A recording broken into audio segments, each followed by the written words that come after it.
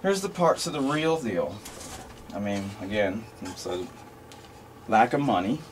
I'm forced to use wood on the real thing again.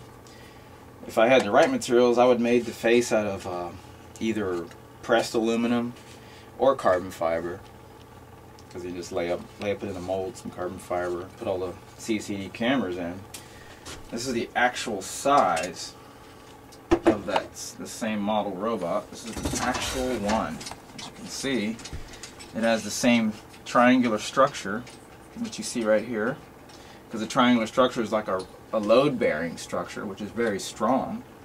Because this robot, I'm going to design it where it'll be able to pick up at least hundreds of pounds, like maybe close to 200 pounds of weight. So I had to create a triangle frame that, like a load bearing. This right here could actually support my weight.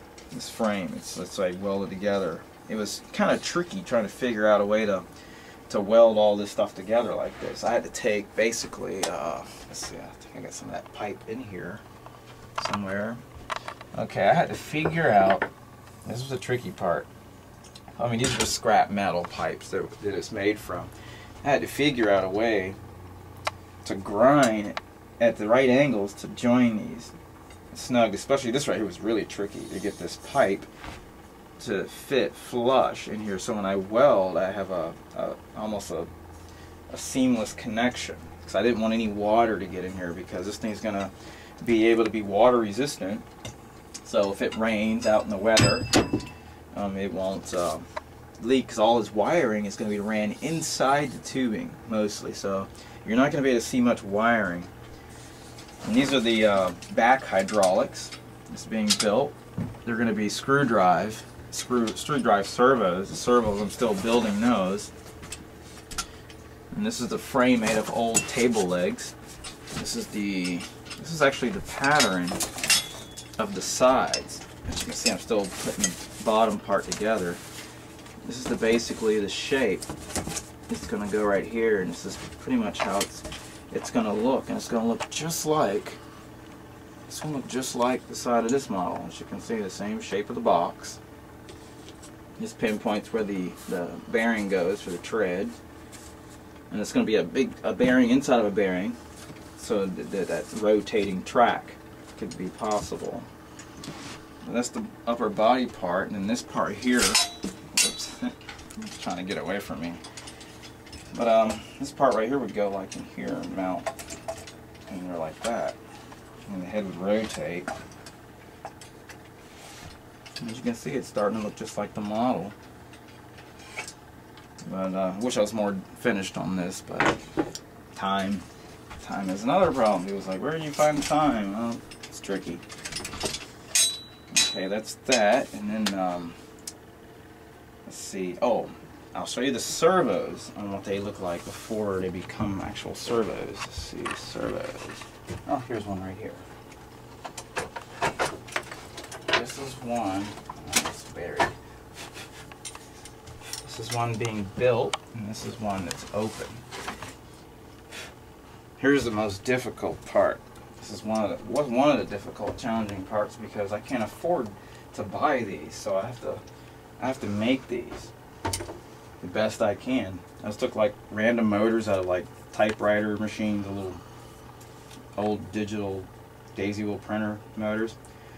Took gears out of like a drill, some gears out of some kind of weird clock, pinion off of a stepper, ran all that in there, made the gearbox. The hard part is drilling all the holes and trying to space the gears to get the right pressure, so it won't be too tight or it won't be too loose.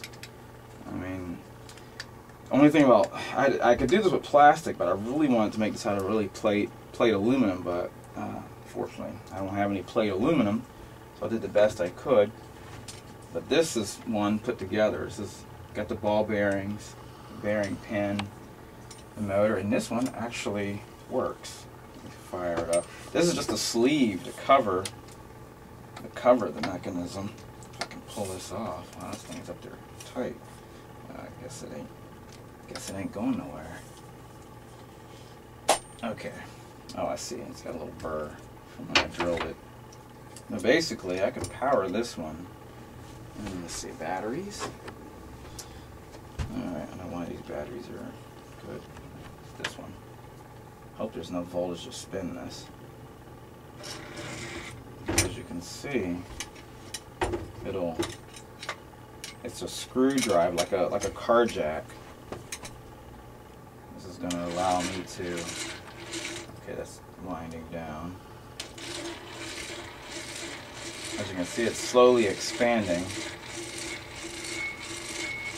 And the reason why it's binding like that is I don't have access to a milling machine to turn the collar perfectly round. As you can see, the screw is kind of wobbly. So I'm going to have to either rent or borrow a metal lathe to turn all that so it'll be true, it won't wobble.